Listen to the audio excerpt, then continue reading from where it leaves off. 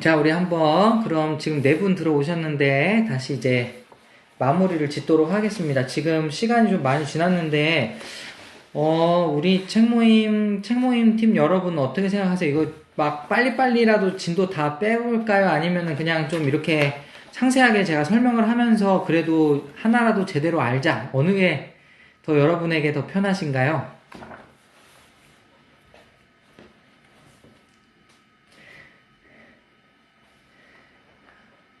제대로 알자. 네. 아, 김소정 권사님, 네, 감사합니다.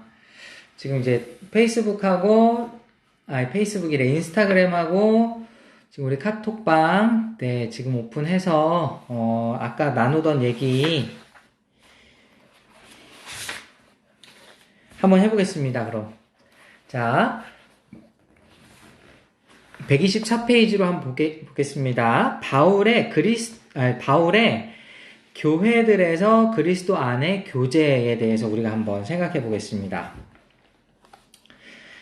여기 챕터 이제 그 시작 부분을 한번 보겠습니다. 바울은 하나님이 인간에게 신적 환대와 교제를 베푸는 행동을 했다고 믿었기 때문에 바울의 과제 중 하나는 메시아에 의해 형성된 교회 공동체들을 만드는 것이었다. 자, 지금 이게 바울의 사명이라고 우리가 한번 생각해 볼게요. 그래서 이 책에서는 바울을 굉장히 높이 평가합니다. 자, 125쪽에 다섯째 줄 한번 보겠습니다. 그래서 하나님이, 이 앞에서부터 보는 게 더 우리에게 유익이 있겠네요. 125쪽 위에서 둘째 줄, 인간과 하나님 사이에 반목이 제거되었기 때문에, 즉 양자가 화해되었기 때문에 하나님이 그리스도 안에서 바울을 통해 바울의 교회에게 우정을 베풀어 준다고 말할 수 있다. 그래서 하나님이 바울을 자신의 친구로 삼아서 그에게 하나님의 교제의 선물을 다른 사람들에게 전달하는 과제를 맡겼다는 존 피츠제럴드의 말은 옳다. 이렇게 이야기를 하고 있는데 어렵게 생각할 거 없습니다. 그 하나님이 지금 바울과 함께 지금 바울을 친구 삼아서 바울에게 먼저 베푸신 그 은혜를 성도들에게 베풀게 하고 계신다. 여러분이 이 정도로 이해하시면 될 것 같아요. 그래서 지금 맨 밑에서 넷째 줄, 바울이 그리스도 안에서 하나님의 우정을 구현해내는 교회를 세우는 것은 빌립보서에서 가장 명확하게 볼 수 있다. 그래서 지금 아까 잠깐 나왔던 얘기, 바울이 누구죠? 베드로에게 식탁 교제할 때 질타했던 그 부분이 이 챕터에 등장합니다. 일단 우리 127쪽 한번 보실게요. 127쪽, 그러니까 126쪽에서 넘어가면서 이 점은 자기는 지식이 있어서 우상에게 바쳐진 고기를 먹을 권리가 있다고 생각하는 사람에게 먼저 그리스도께서 위하여 죽으신 형제의 이익을 고려하라고 요구하기 위해 바울이 형제라는 단어를 의도적으로 4번이나 반복하는 고린도전서 8장 11에서 13절에서 가장 분명하게 드러난다라고 하고 있는데, 이것도 이제 또 고린도전서 얘기가 나왔네요. 그 고기를 먹어도 되느냐 아니냐의 문제에 있어서 너희가 뭐든지 먹어도 상관이 없지만 믿음이 연약한 다른 형제들을 위해서 너희들이 절제를 할 수 있어야 된다, 자제할 수 있어야 된다라고 바울 사도께서 지금 고린도전서에 이야기한 거 여러분 기억하시죠? 그때에 형제라는 단어를 계속해서 반복해서 이야기하고 있었다라는 겁니다. 아까 이 형제라는 단어를 또 제가 이 전 챕터에서 말씀드렸죠? 모든 사람들이 평등하다라는 그런 것을 강조하기 위해 형제와 자매를 표현한 겁니다. 네, 반갑습니다. 그래서 지금 가족에 대한 비유가 등장을 합니다. 127쪽 보실게요. 127쪽 가운데 단락 보시면 바울이 하나님과 그리스도 그리고 교회에 대해 번번이 가족 비유를 사용하는 것도 교회가 하나님의 가족으로 묘사되는 바울의 보다 넓은 담론으로 여겨져야 한다. 가족 비유는 고대 세계와 바울의 교회들의 가족의 친족 집단을 묘사하는 수단으로 자주 사용되었다. 그러니까 가공의 친족 집단이네. 가공의 친족 집단. 그러니까 가장 가까운 공동체, 나와 가장 가까운 사람을 묘사할 때 가족이라는 단어를 쓰잖아요. 그러니까 지금 그 표현을 쓰는 겁니다. 그래서 밑에 보시면은 하나님의 아들들, 서로 동료 형제 자매라고도 얘기하고 127쪽 밑에서 넷째 줄 하나님의 아들들 또는 자녀들이라고 부르고 예수는 하나님의 아들 또는 맏아들이라고 부르고 하나님은 아버지라고 부른다. 그러니까 가족 관계네요. 가족 관계. 그쵸? 네, 윤도사님 반갑습니다. 아, 두어즈님이 남편이셨군요. 네, 반갑습니다. 그래서 바울은요, 여기 128쪽, 여러분, 굉장히 독특한 표현이기도 하고 의미 있는 표현인데 한번 봐주시겠어요? 128쪽 맨 위에 한번 보세요. 가족 용어는 예수 그리스도의 아버지가 자신을 위해 형제자매 공동체를 구원하는 맏아들을 보내는 특정 기독교 내러티브를 요약한다. 따라서 바울이 교회를 믿음의 가정들로 부르는 것은 일리가 있다. 교회는 믿음의 가정들입니다. 다시 설명드리면 우리의 아버지이신 하나님께서 맏아들 예수 그리스도를 통해서 다른 형제들을 구원하게 하셨어요. 그러니까 우리는 예수 안에 한 형제이기도 하고 그리스도와 함께 형제가 되기도 하였고 한 분 아버지 하나님을 모시는 공동체가 된 거죠. 이해하셨죠? 네. 그래서 이 가족이라는 아주 가장 그 친밀한 관계를 묘사해서 우리에게 빗대어서 이렇게 이야기한 거다. 지금 이야기하고 있고요. 바울의 교회들에서 환대와 선교를 한번 보겠습니다. 여기는 한번 맨 밑에 줄 보세요. 맨 밑에 세 번째 줄. 그러므로 빌립보 교회 교인들이 일관성을 보이고 바울이 어려울 때 그를 잊지 않은 것은 그들이 바울의 친구이며 바울의 복음 전파에 동참한다는 점을 확인해 준다. 이건 뭐냐면은 여러분 빌립보 교회에서 이 바울에게 굉장히 많은 후원을 해줬던 것을 여러분 잘 아시죠? 예, 그걸 지금 표현하고 있는 겁니다. 그러니까 후원을 해줌으로써 형제가 된 것이다. 지금 가족 관계가 온전히 형성된 그런 교회를 보여주고 있다. 지금 이렇게 이야기하고 있는 겁니다. 129쪽을 또 보시겠습니다. 129쪽 셋째 줄. 바울은 그들이 하나님의 우정 공동체이기 때문에 자기의 교회들이 서로 및 특히 순회 복음자들에게 환대를 베풀도록 기대한다. 여기서 지금 보면은 하나님께서 우리에게 기대하시는 바를 또 여기에서 보여주고 있는데 우정 공동체다라는 표현을 지금 사용하고 있어요.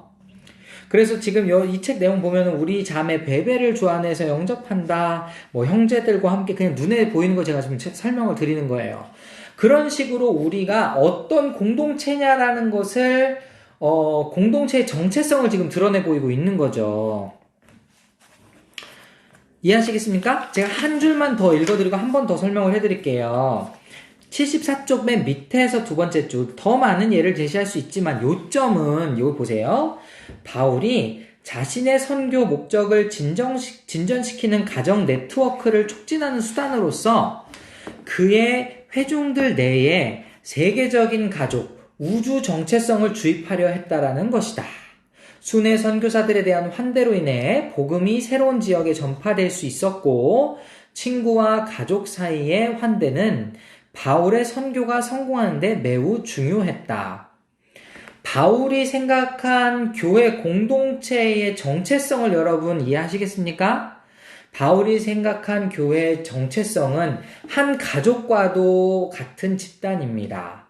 그리고 아주 친밀한 친구와도 같은 그런 우정을 나누는 그런 공동체이기도 합니다.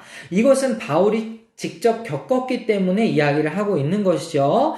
바울이 경제적인 어려움을 겪었을 때의 경제적인 후원을 교회가 베풀어 줍니다. 이런 것들을 우리가 봤을 때 이 공동체가 정말 그 세계적으로 하나인 공동체다라는 것을 우리가 인식할 수 있는 거죠. 이것은 지금 우리가 살고 있는 이 시대에도 마찬가지입니다. 우리가 한국 교회에 있지만 한국에 있는 어떤 지교회 혹은 개교회에 속하여 있다라고 이야기할지라도 어떤 게 가능합니까? 우리는 해외에 있는 다른 선교사님들께 헌금을 송금을 하죠. 물질적으로 도움을 주고 있고 실제적으로 기도함으로써 그들에게 후원을 하고 있죠. 이런 행위들이 다 우리가 그리스도 안에서 형제요 또 친구다라는 것을 보여주고 이런 행동들 하나하나를 통해서 교회의 정체성이 드러난다라는 거예요. 저희 책 모임에서 이런 얘기가 나왔었는지 제가 지금 기억이 안 나는데 제가 다른 어떤 목사님하고 대화 속에서 이런 얘기가 나왔던 것 같아요. 뭐냐면은, 우리 지금 그 개교회 중심주의가 너무 심각하지 않습니까? 지교회 중심주의가 너무 심각한 거예요. 그래서 어떤 형제가 목사님한테 자기 교회 목사님이 하도 이기적으로 우리 교회 이런 식으로만 얘기하니까 굉장히 이런 부분에서 의구심을 품고 질문을 던진 거예요. 목사님, 그럼 저희 교회 안에 있는 사람들은 형제들인데, 그럼 옆 교회에 있는 성도들은 뭐예요? 네, 김승환 목사님 반갑습니다. 옆 교회에 있는 성도들은 뭐예요? 이렇게 얘기했더니, 그 목사님이 뭐라고 대답하셨게요? 옆 교회에 있는 성도는 친척이지. 이렇게 대답을 한 거예요. 근데 이게 사실은, 말이 안 되는 거죠. 아니, 어떻게 옆에 있는 우리 교회가 아니라는 이유로 배타성을 띠고 우리 교회 성도들만 형제들이요, 다른 교회 성도들은 친척들이다 이렇게 표현을 할 수 있겠습니까? 이거야말로 모든 교회의 머리는 그리스도시다라는 것을 잘 이해하지 못한 부분이죠. 근데 이런 것들이 너무 심화되어서, 다시 말씀드리면 개교회 중심주의가 너무 심화되다 보니까 다른 교회 성도들이 이제 성도가 이 교회로 갔다가 저 교회로 가는 것을 막 성도 뺏겼다라고 생각을 하고, 그리고 다른 교회 거리적인 어려움이나 실제적인 신앙의 어려움으로 교회를 옮겨야만 하는 사람들한테 너 교회 옮기면 이제 더 이상 복이 끊길 줄 알아, 약간 이런 식으로 협박도 하고 이런 게 되는 거죠. 이런 표현들이 사실은 교회의 하나됨을 굉장히 저해하는 요인들입니다. 반대로 얘기하면. 그렇죠? 지금 제가 이제 책에서 나온 부분을 조금 그냥 제 나름대로 풀어서 설명하는 거예요. 지금 바울 사도께서 용어를 쓰는 걸 잘 보십시오. 형제라고 합니다. 그리고 친구라고 합니다. 그런데 우리가 그럼 다른 교회 성도들을 향해서 과연 한 형제로 여기고 있고 우리가 같은 동역자, 친구로 생각하고 있느냐? 행동을 통해 보면 알 수 있는 거죠. 그런 측면에서 지금 한국 교회는 굉장히 많이 쪼개져 있죠. 그리고 우리가 지난주에 살펴봤던 이 책 모임에서 있었던 내용들을 다시금 머릿속에서 떠올린다면은, 교회가 대형 교회, 혹은 중소형 교회, 개척교회, 이런 식으로 또 구분을 지으면서 마찬가지로 계층이 형성되고, 이 계층이 형성됨에 따라서 끼리끼리 놀고, 이런 건 굉장히 지양해야 된다라는 거예요. 어젠가 우리 대표님이 또 김요한 목사님이 글을 올리셨는데, 지금 한국교회가 고민해야 될 것은 예배의 방법, 예배의 형태, 이런 걸 치중할 게 아니고, 지금 먼저 누리고 있는 큰 교회에서 방송 시스템이나 이런 장비들을 다른 작은 교회들이 어떻게 베풀 수 있을지를 같이 고민해야 되는 거다, 이런 취지의 글을 쓰셨는데, 이런 방법이 어떻게 보면 모든 교회가 하나라는 것을 보여주는 아주 좋은 방법 중에 하나가 될 수 있다, 이렇게 또 이야기할 수 있는 거죠. 이해하시겠습니까? 네, 잘 따라오고 계시죠? 그래서 이제 이번에 나오는 챕터는 오늘날 교회 안에 다양성 가운데서 교회의 환대라고 나오는데요. 둘째 줄 보시겠습니다. 바울의 교회들이 직면했던 차이들은 오늘날 우리가 직면하고 있는 차이들만큼이나 도전적이었던 것으로 보인다. 사실 우리도 지금 힘들어하고 있지만 바울 사도 역시 똑같은 어려움을 겪고 있었기 때문에 이러한 서신을 썼었던 거죠. 130쪽 밑에서 넷째 줄. 만일 하나님이 우리가 원수들이고 외인들이었을 때에 우리를 그리스도 안에서 자신의 친구와 가족으로 맞아들였다면 우리가 어떻게 우리의 문화적 정체성과 사회적 정체성 차원에서 다를 수도 있는 기독교인 친구들과 가족들에 대해 환대와 우정으로 대하지 않을 수 있겠는가? 굉장히 핵심을 꼬집고 있죠? 예, 제가 이 책 모임에 아까 1시간 전에 서두에서 말씀드렸던 것과 같이 하나님은 먼저 우리에게 손을 베풀어 주셨습니다. 하나님 먼저 원수였던, 외인이었던 우리들에게 환대를 베풀어 주셨습니다. 네, 그걸 우리가 기억해야 되는 거예요. 그리고 가운데쯤에 보시면 따옴표, 교회로 나오는 모든 사람들을 환영할 뿐만 아니라 이들이 친밀함과 우정의 기초를 배울 수 있는 장소도 제공하는 친교 공동체가 되는 것이다. 여러분의 교회에서 이런 거 느끼실 수 있나요? 자, 보세요. 이들이 친밀함과 우정의 기초를 배울 수 있는 장소도 제공하는 곳이 교회여야 돼요. 여러분이 최고의 우정을 나눌 수 있는 곳이 교회입니까? 아니면 외부입니까? 어떻게 생각하세요? 교회여야 한다라는 것을 지금 저자는 이야기하고 있는 거죠. 그래서 지금 교회란 어떠해야 된다라는 걸 지금 또 계속 얘기하고 있습니다. 132페이지 한번 보실까요? 자, 132페이지 또 중간 조금 위에 따옴표 누군가라고 나와 있는데요. 누군가 당신을 위해 주께 기도하고 당신이 그 사람을 위해 주께 기도할 때 그곳에 만남이 있다. 바로 그곳에 공통점이 있고 우리는 그리스도 안에서 결합된다. 그것을 어떻게 설명해야 할지 모르겠지만 그곳에 화해가 있다. 그 순간 우리는 그리스도 안에서 하나다. 우리는 한 마음, 한 뜻, 한 영혼이다. 이 증언은 그리스도 안에 있는 공통의 우정을 앞세울 때 어떻게 인종 차이를 제거하지는 않지만 이를 초월하는 일치를 가능하게 하는지 완벽하게 요약한다. 자, 여러분, 저자는 불가능을 이야기하고 있는 게 아닙니다. 저 역시 여러분에게 불가능을 이야기하고 있는 게 아닙니다. 교회는 인종 간의 차이를 극복할 수 있어요. 세대 간의 차이를 극복할 수 있고요. 민족, 문화, 배경 이런 모든 차이를 극복할 수가 있습니다. 이건 불가능한 게 아니에요. 왜요? 우리는 먼저 신적 환대를 경험했기 때문에 계속 이제 이 논리가 우리를 이끌어 갑니다. 133페이지. 이제 132페이지 밑에는 이제 그 장애인에 대한 부분에 대해서도 언급하고 있습니다. 자, 133페이지 맨 위에 줄. 하나님이 보기에는 인간의 몸이 어떤 차이를 보일지라도 인간은 동등하게 하나님의 애정어린 친절을 받을 가치가 있다. 이것이 바로 우리 모두에게 적용되는 동일성이며 이 동일성 때문에 어떤 차이라도 수용할 수 있다. 네. 우리 이기선 사모님, 그래도 아직은 교회에 희망이 있다고 생각해요. 저도 그렇게 생각합니다. 그리스도인이야말로 지금 이 땅에 여전히 희망이 남아있다라고 외치는 사람이 되어야 되고, 그리스도인이야말로 아직은 그래도 교회에 희망이 있다라고 이야기해야 되는 사람들인 거죠.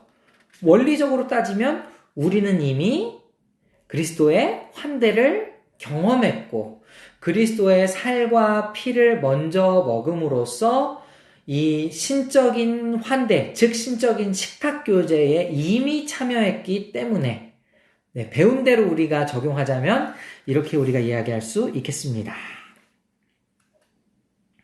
그래서 133쪽도 중간쯤에 한번 보실게요. 실제로 바울은 일관되게 특권 계층의 사람들에게 보십시오. 특권 계층의 사람들에게 당연한 것으로 여겨지는 그들의 권리를 희생하고 포기함으로써 그들의 이웃에 대한 사랑을 입증하라고 요구한다. 자, 그럼 이제 우리도 이 질문을 던져야 되는 거예요. 우리가 한번 특권 계층의 사람들이 아닌가. 그리고 우리가 포기해야 되고 희생해야 되는 그런 가치가 뭐가 있을까?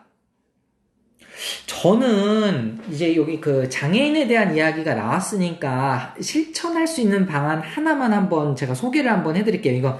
그러니까 이건 소개라기보다 같이 고민했으면 하는 거예요. 자, 여러분이 만약에 수련회를 가시고자 하는데 몸이 연약하신 분이 계십니다. 그럼 여러분 어떻게 하시겠어요? 사실 아주 그냥 우리가 편하게 왔다 갔다 하려면은 장애인과 상관없이 그냥 우리끼리 동선을 짤 수 있을 거예요. 하지만 우리가 신적인 환대를 받았고, 그리고 그것을 우리가 적용을 우리 교회 안에서 먼저 해보자 한다면, 이 장애인들이 만약에 우리 교회 공동체 안에 소속되어 있고, 그리고 장애인들이 어떤 그 교회의 수련회나 이런 모임에 참여하고 싶다 한다면, 우리의 동선은 먼저 그들의 눈높이에 맞춰져서, 그분들의 눈높이에 맞춰져서 정해져야 되는 거죠. 수련회를 가는데 MT로 우리 등산 가자. 장애인이 있으시다면, 그러니까 다리가 불편한 분이 계시다라면은 이러한 부분을 우리가 제고를 해야 되는데, 우리가 좀 우리 식대로 좀 쉽게 생각하려 하다 보면은 이런 부분을 놓치게 되는 거죠. 교회 공동체 구성원 중에 뭐 누가 돈이 많을까, 뭐 누가 우리에게 버스를 대절해 줄까, 뭐 이런 걸 생각하는 것보다도 그것보다도 먼저 우리가 생각해야 되는 것은 우리 교회 공동체에 누가 약자이고 그 약자가 이 수련회 혹은 이 모임에 참여하려면 어떻게 해야 될 것인가를 고민하는 게 진짜 교회 공동체의 모습에 가깝다라는 겁니다. 이해하셨죠?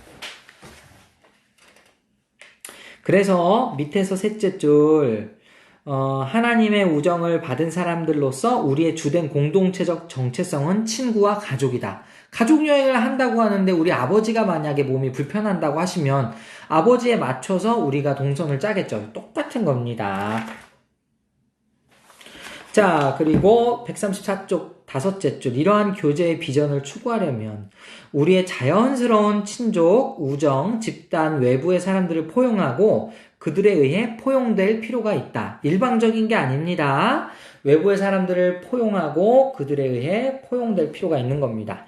이것은 더 나아가서 지금 장애인을 얘기했지만 그거보다 더 깊은 사람들, 미혼자들, 성전환자들, 이런 사람들 극심한 어려움에 처했고 낙인을 우려하고 있죠. 그 밑에 오늘날 종종 의심을 사거나 이를 바라보는 자들의 주제넘은 비평 대상이 된다. 네, 이런 건 우리가 교회가 다시 한번 생각해 봐야 할 부분이 아닌가. 자, 그리고 135쪽 가운데 딱 그 단락에 나눠지는 그 부분 한번 밑에 한번 읽어보실게요. 더욱이 하나님이 우리에게 우정을 베푼 것은 그리스도의 겸손과 십자가상의 죽음이라는 다른 사람들을 배려하고 자신을 낮추는 행동에서 발생했음에 비추어 우리의 공동체성 안에, 우리 공동의 정체성 안에 우리의 개인적, 문화적 정체성 및 선호에 대해 집착하지 않고 우리 자신의 유익과 선호보다 다른 사람, 바로 우리가 동의하지 않을 수도 있는 사람들의 유익과 덕을 세우기를 먼저 고려하는 성향이 형성된다. 잊지 마시기 바랍니다. 우리가 동의하는 사람들이 아닙니다. 우리가 동의하지 않을 수조차 있는 사람들에게도 우리가 하나됨을 힘써야 되는 거예요.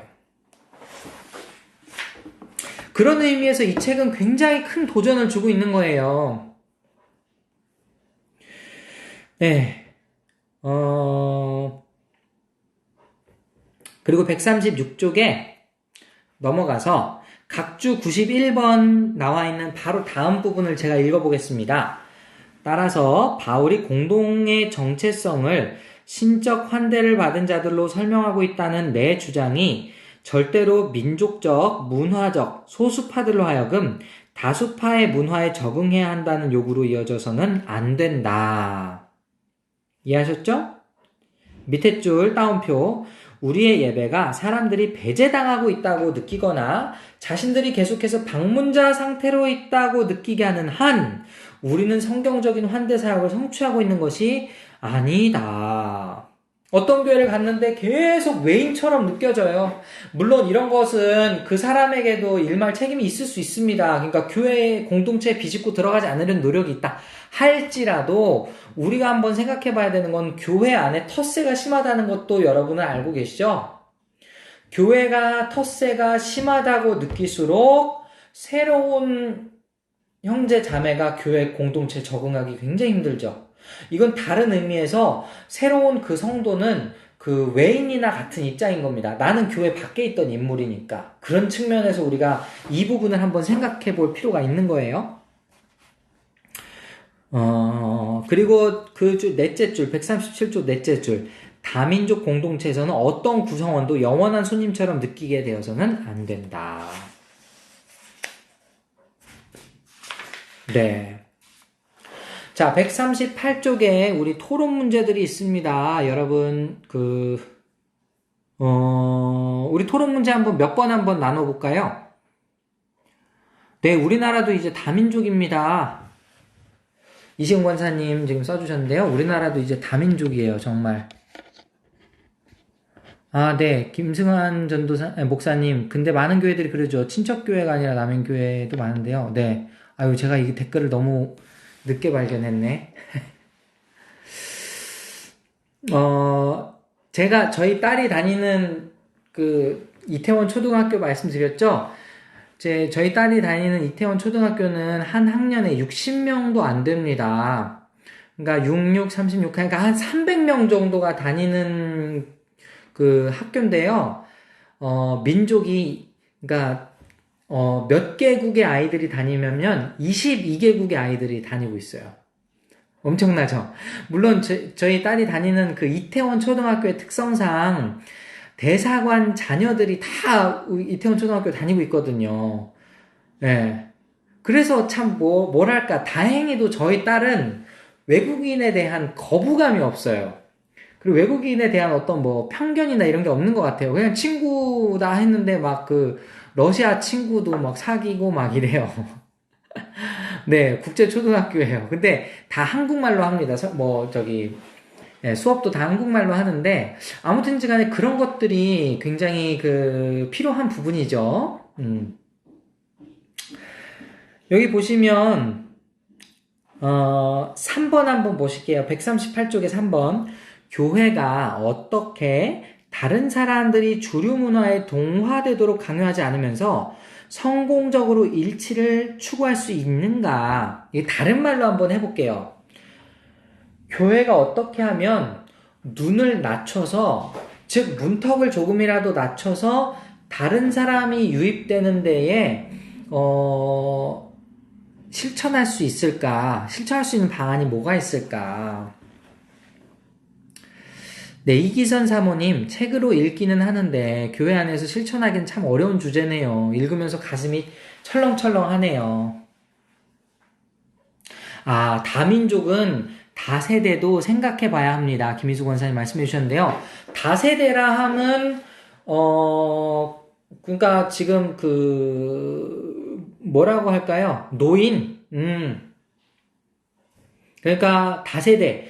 노인 계층과 또 장년 계층과 청년 계층과 어린 계층. 이건 또 온라인, 이런 분들은 온라인 예배도 힘들군요. 네. 조손 가정. 네, 우리 그럼 교회를 생각하면 마음이 너무 어려우니까 한번 가족 공동체에서 한번 출발을 해볼까요? 우리 너무 숙제가 커지니까. 제가 알고 있는 한 가족을 한번 소개해 드릴게요. 저희 교회에 얼마 전에 방문했던 가족인데, 참 이 가족이 굉장히 저에게 많은 인사이트를 주고 있어요. 뭐냐면은, 이 가족은, 그러니까 두 자녀를 두고 있는 부부입니다. 그러니까 네 식구죠. 근데, 이 가족의 철학이 굉장히 멋있어요. 뭐냐면은, 일단은 부부가 온전하지 않으면 자녀들과도 온전한 관계를 맺을 수 없다. 이게 전제예요. 부부가 소통이 원활하면 자녀들과도 엄청난 소통을 이룰 수 있다. 이렇게 이야기를 합니다. 그래서 실제로 만약에 성경에 어떤 주제가 고민이 되잖아요. 물론 아이들이 그래도 좀 커요. 그러니까 12살, 11살이거든요. 그러면은 이 네 식구가 앉아가지고 이 성경 구절을 놓고 함께 토론을 한다고 하더라고요. 근데 굉장히 공평하게 토론을 하는 겁니다. 최대한 공평하게 토론을 하기 위해서 이 부부가 이 자녀들에게 존댓말을 씁니다. 평소에도 존댓말을 써요. 이거 엄청나지 않아요? 그 정도의 노력을 하면서 이 가족 구성원들이 누구 하나, 그러니까, 누가 위에 있고 누가 아래에 있다라는 개념을 없애기 위해 엄청난 노력을 하더라고요. 예. 말씀 앞에 끊임없는 자기 성찰. 네, 맞습니다. 우리가 계속해서 이렇게 말씀을 비추어서 우리를 점검하고 돌아보지 않으면 우리는 언젠가 꼰대가 되어 있습니다. 그죠? 우리는 언젠가 말씀에서부터 한참 벗어난 행동을 할 수밖에 없고. 그래서 우리가 물론 실천은 힘들겠지만 이런 부분들을 어떻게 하면 할 수 있을까라는 고민을 끊임없이 던져야 되는 건 맞는 것 같아요. 네, 여러분의 가족에서 한번 실천할 수 있는 게 없는가 한번 여러분이 고민을 해주셨으면 좋겠고요. 우리 이제 3장으로 한번 넘어가 보실까요? 3장. 시간이 너무 없는데 제가 그냥 짧게만 말씀을 드릴까요? 사실 요한복음의 내용은 그렇게 어떻게 보면은 어렵지가 않습니다. 어렵지가 않아요. 왜냐하면은 요한복음에서 제 생각에 예수님이 자기 계시를 굉장히 많이 하셨잖아요. 나는 생명의 떡이다. 그죠? 예. 나는 빛이다. 뭐 이런 거에 자기 계시 굉장히 많이 하셨잖아요. 근데 뭐 그런 기적들 사건을 통해서 우리가 예수님의 환대를 발견할 수 있고 우리가 적용할 수 있다. 이런 측면에서 설명을 하기 때문에 어렵지 않다고 봅니다. 우리 142쪽 한번 보실게요. 제가 또 말을 너무 많이 했더니 사실 좀 지쳤어요. 잠깐 쉬엄쉬엄 했으면 좋겠는데 자, 142쪽 둘째 줄 보시면 제가 읽어볼게요. 요한복음은 신약성서의 다른 어떤 책보다 강력하게 인간 존재와 욕망, 그리고 삶의 의미에 대한 질문을 제기한다. 특히 요한복음은 계시에 관한 질문, 곧 생명의 하나님으로부터 소외된 인간이 어떻게 하나님을 알게 되고 그로 인해 생명을 얻게 되는지를 중심 주제로 다룬다. 이 질문에 대한 대답은 말 그대로 생명과 죽음에 대한 문제다. 아셨죠? 그래서 143쪽 볼게요. 요한은 셋째 줄. 요한은 다양한 은유와 이미지를 사용해서 하나님과 인간 사이의 관계상의 차이와 인식론적 차이를 강조한다. 그리고 밑에서 한 7번째 줄. 사실 이 복음서의 저자는 이 책이 선교 목적으로 즉 사람들이 예수를 믿음으로써 생명의 충만함을 갖게 하려고 기록되었다고 주장한다. 여러분 요한복음 1장에서 시작되는 그 스토리를 아시죠? 예, 말씀이 육신되어서 태초에 빛이 있으니라 하면서 이렇게 그 태초에 말씀이 계시니라 하면서 그 말씀이 육신돼서 우리 가운데 거하시니 하면서 막 요한복음의 스토리가 진행이 되는데 사실 이 요한복음이란 책의 목적은 생명을 얻게 하려 하는 게 목적인 거죠. 그 목적을 따라 쭉 간다면 이 책을 읽은 사람은 생명을 얻을 수 있겠죠? 네. 그럼 그것을 갖다 준 예수라는 분은 어떤 분이시냐? 자, 144쪽. 예수 하늘에서 온 외인. 각주 14번 뒤에를 한번 보시겠습니다. 예수의 사명은 생명을 주는 사명이다. 예수는 생명을 주기 위해 그것도 풍성히 주기 위해서 왔다. 그는 생명의 흐름을 방해하는 모든 장애물을 제거하기 위해서 왔다. 이렇게 나와 있습니다. 그리고 다음 쪽 보실게요. 145쪽에 예수는 다음 그 단락 보시면 소외된 인간들에게 하늘의 신적 지식을 중재하기 위해 자신의 본향과 이 땅을 교환한다. 요한은 자주 이 능력이 있는 예수를 하늘과 땅 사이를 연결하는 기능을 하는 인자로 따라서 탁월한 외인으로 소개한다. 어떻습니까? 여러분, 예수님은 외인으로 이 땅에 오셨습니다. 어떤 의미에서요? 예수님은 하늘나라 왕국의 왕이시잖아요.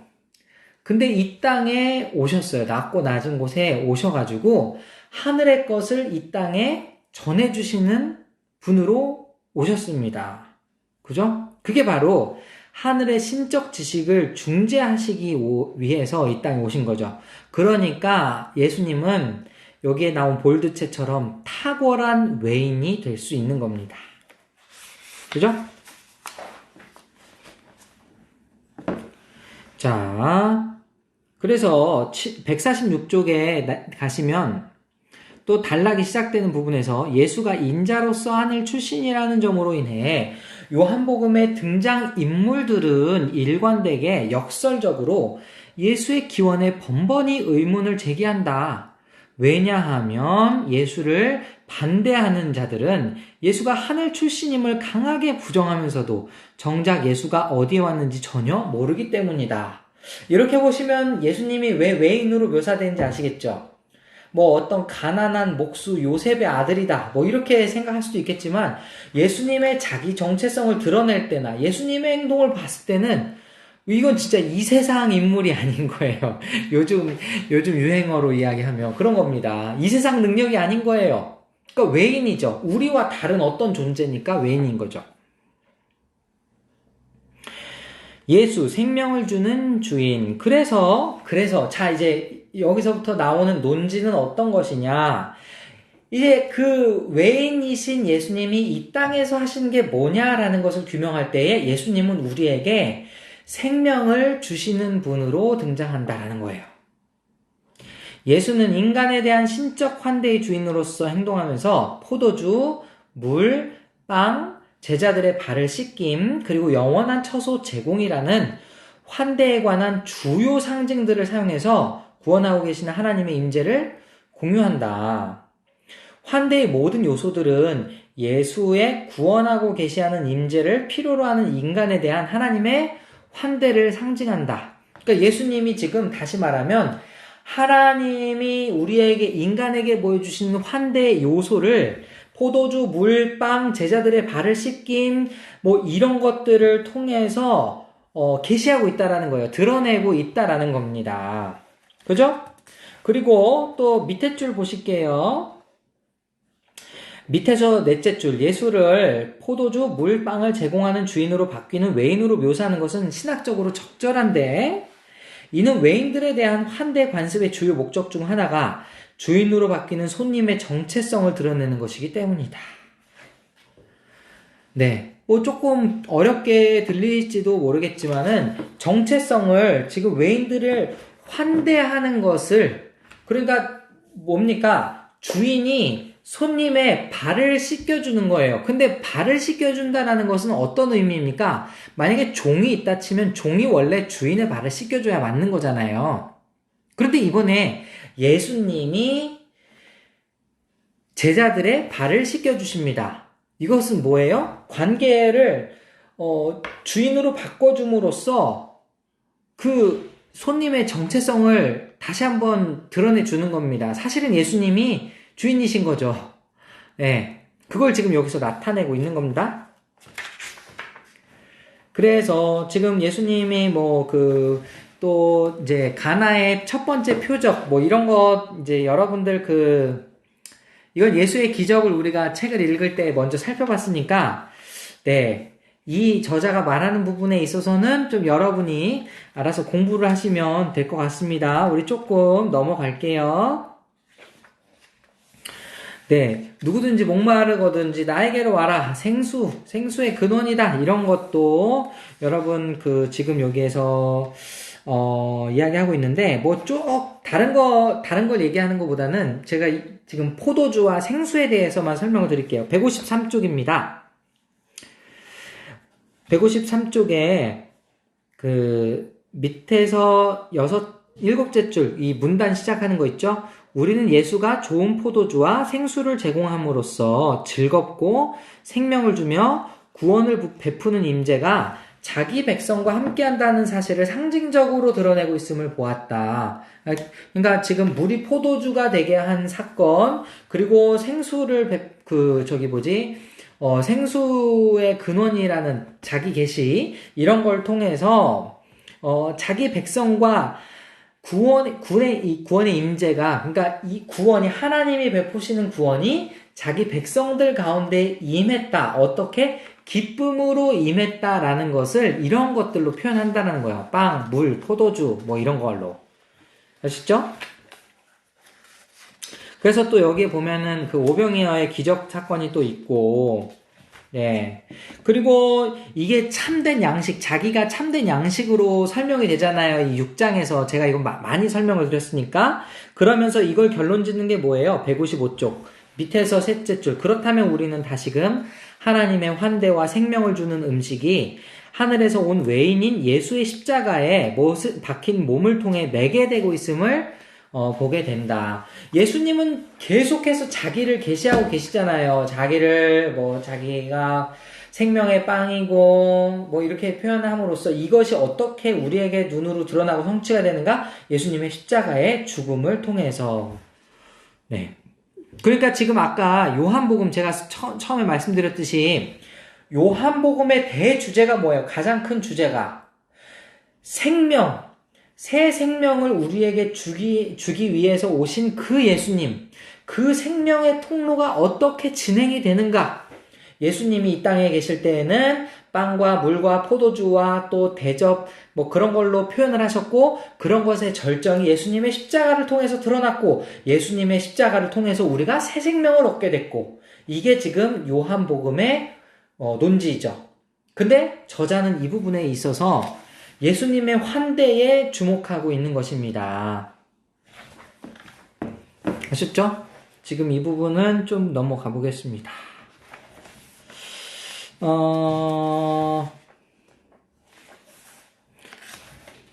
제가 짧게 지금 다 설명을 해드린 거예요.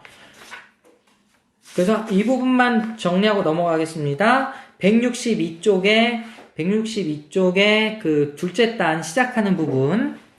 예수가 제자들의 발을 씻어준 것은 구원론적 행동일 뿐만 아니라 예수의 제자들의 사명도 규정한다. 제자들의 소명은 이 사랑에 참여하여 이 사랑을 나누고 또 이 사랑을 이 세상에 매개하는 것이다. 제자들이 종이자 주인인 예수의 사랑의 환대를 경험한 것처럼 예수는 내가 너희에게 행한 것 같이 너희도 행하게 하려 하여 본을 보였노라 라고 선언한다. 자, 환대와 구원을 배우고 계신 여러분, 이걸 적용하면 뭡니까?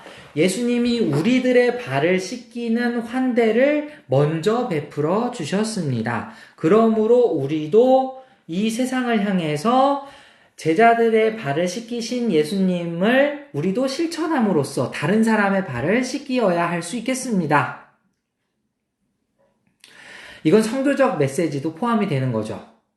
즉 환대라는 그 개념은 그냥 환대로서 구원을 받는다, 이 차원을 뛰어넘는 겁니다. 예수님께 우리가 받은 환대는 마땅히 우리도 이제는 이 환대를 다른 사람에게 베풀어야 된다 라는 것을 표현을 하는 거고, 이 환대를 실천을 하는 것은, 네, 반갑습니다. 그 환대를 표현하는 것은 뭡니까? 선교적 사명이라는 거예요. 이해하셨죠?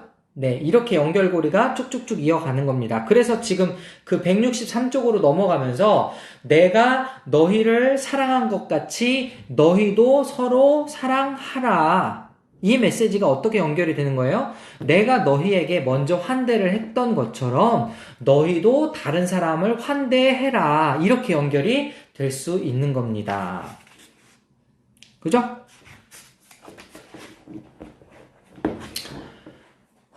인간 존재의 의미와 교회의 사명. 이 부분은 제가 이 부분 벌써 지났구나. 제가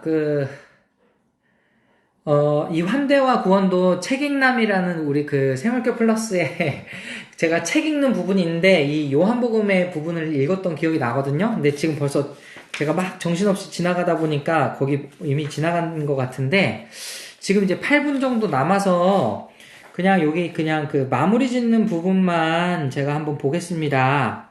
자, 쭉 넘어가실게요. 지금 시간이 얼마 없으니까 168쪽 밑에 보겠습니다. 교회가 생명의 빵과 생수 그리고 신적 우정이 지금 경험되는 장소라면 복음 전도적인 환대에 헌신된 사람들은 방문객들과 외부인들에게 우리의 예배 공간을 개방함으로써 생명을 주는 이러한 실제들을 확장하려 할 것이다. 교회는, 네, 에스더님 반갑습니다. 네, 지금 거의 끝나는 무렵이지만 잘 봐주시기 바래요. 네. 교회는 생명을 주고 변화를 가져오며 계시적인 그리스도의 임재를 경험했으며 또한 부활한 예수로부터 성삼위 하나님이 이 세상에 알려지게 하는 자신의 사명을 이어나가도록 위임받은 공동체다. 교회는 우리의 습관, 욕망, 갈망, 지식이 자신 안에 생명이 있는 삼위일체 하나님을 향하여 개조되는 곳이다. 그러니까 우리가 그런 욕망을 갖고 있다면 삼위일체 하나님 안에서 개조되어야 한다라는 걸 이야기하고 있는 것이죠. 네, 뭐 쭉 이야기하고 있는데, 자, 이제 제가 요한복음을 정리를 해드릴게요. 이 책이 말하는 요한복음. 자, 빛으로 오신 예수님은 외인입니다. 어떤 의미에서 외인이냐? 제가 우스갯소리로 얘기했지만 이 세상 능력을 가진 분이 아닙니다. 그분은 하나님의 아들이고 하나님 나라 왕국의 왕이신 분이 이 땅에 오신 거예요. 그래서 사람들도 많은 의구심을 가졌죠. 너 누구냐? 뭐 이렇게. 네가 도대체 누구야? 뭐 이렇게 종교 지도자들이 얘기했죠. 그런데 그 외인으로 오신 예수님은 사실 우리의 주인이십니다. 주인이심에도 불구하고 우리 앞에서 굉장히 낮은 모습으로 우리에게 환대를 베푸셨습니다. 어떻게 환대를 베푸셨어요? 네, 빵을 베푸시고요. 떡과 포도주, 빵이 떡이니까, 예, 떡과 포도주를 베풀어 주시고, 생수의 근원이 된다 말씀해 주시고, 제자들의 발을 씻김으로써 주인이 종의 역할을 함으로써 우리에게 사랑을 먼저 베풀어 줬습니다. 근데 그게 요한복음의 전체를 관통하는 주제는 뭐냐면 생명이라 그랬잖아요. 제자들에게 생명을 나누어 주시는 예수님이다 라고 한다면 그럼 그 생명을 간직한 우리가 어떻게 해야 되느냐? 자, 환대와 구원의 측면에서 생각해 본다면 예수께서 먼저 우리에게 베풀어 주신 그 환대를 우리도 베풀어야 된다. 교회 공동체 내에서 이 환대를 베푸는 것은 그럼 어떻게 이어지느냐? 선교로 이어진다라는 거예요. 선교가 어려운 게 아니죠. 전도라는 겁니다. 전도는 다른 것이 아닙니다. 지금 다시 뒤집어서 얘기하면은 다른 사람에게 환대를 베푸는 그것이 바로 전도이고 선교인 거예요. 이게 요한복음에서 이야기하고 있는 내용입니다. 왜요? 내가 너희를 사랑한 것 같이 너희도 서로 사랑하라. 이걸 이 책의 논지로 얘기하면 뭐라고요? 내가 너희에게 환대를 베푼 것 같이 너희도 서로 환대를 베풀라. 이게 논지라는 것이죠. 아, 깔끔하다. 네. 예, 요한복음 너무 짧게 빠르게 지나갔는데, 네, 지금 현재 10분이 시청하고 계십니다. 지금 우리 인스타그램 3분에 계시고 카카오톡방 라이브에 7분이 계신데, 여러분 어떻습니까? 오늘 제 바울 서신에 등장했던 환대와 구원의 이야기, 예, 교회 안에서 이런 형제 자매고 가족이 되어야 한다고 했던 그 이야기, 그리고 요한복음에 등장한 내가 너희를 사랑했듯이 너희도 서로 사랑하라. 즉 서로에게 환대를 베풀어야 된다는 이야기, 이렇게 오늘 두 챕터를 살펴봤는데 여러분 소감 한마디씩 남겨주시고 제가 방송을 그치도록 하겠습니다. 아, 네, 이은지 집사님 너무 멋진 말씀을 남겨주셨네요. 환대를 행하는 내 삶이 복음의 전도자가 된다. 네, 이 책을 정말 바르게 이해하신 겁니다. 사실 교회가 이래야 된다라는 전도지가 된다. 네, 아무튼 너무 우리가 또 교회를 고민하면 또 막막하잖아요. 그럼 우리부터 한번 실천해보자라는 거예요. 실천해보자. 예. 우리가 먼저 환대를 베푼다면 분명히 우리 안에서 정말 희망이 있습니다. 그죠? 네. 우리가 받은 신적 환대를 다른 외인에게 베풀었을 때 지금 드는 생각인데 하나님께서 그때 역사하시지 않을까요? 그때 우리의 삶 가운데 하나님 동행해 주시고 힘 주시고 그 상대방의 마음을 열어주시지 않을까요? 네. 그런 의미에서 이 환대와 구원이라는 책은 정말 많은 도전을 주는 것 같아요. 네. 더 없으신가요? 아, 네. 우리 이기선 사모님, 교회 안에서는 아직 힘들지만 저와 가정에서 먼저 환대를 실천하도록 하겠습니다. 네, 감사합니다.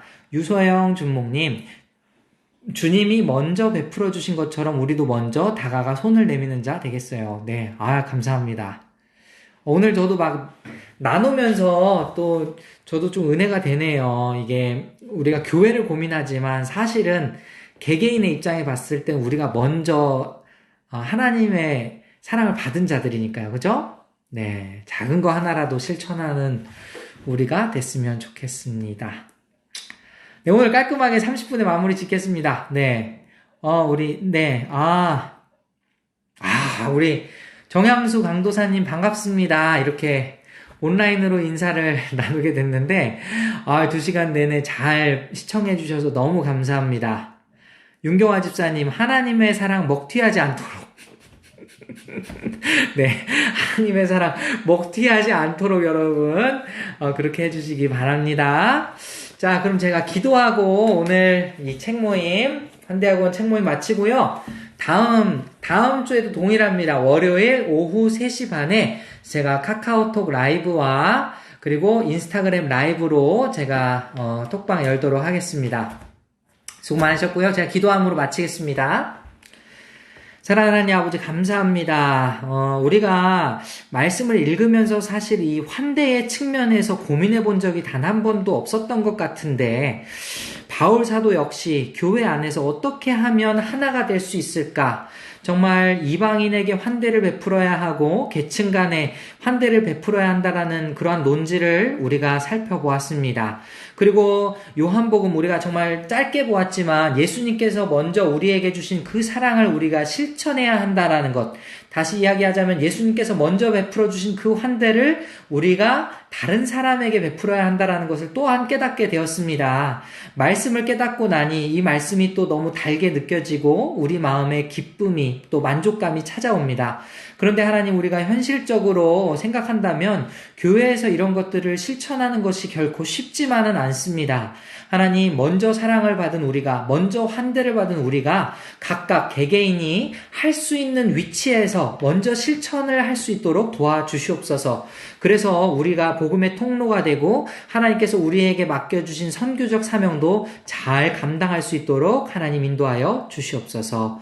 모든 것을 감사드리며 예수님의 이름으로 기도합니다. 아멘. 네. 수고하셨습니다. 네, 이게 재밌네요. 또 온라인으로 이렇게 하니까. 네, 감사합니다. 다음 이 시간에 뵙도록 하겠습니다. 이제 끌게요. 안녕. 네, 마치겠습니다.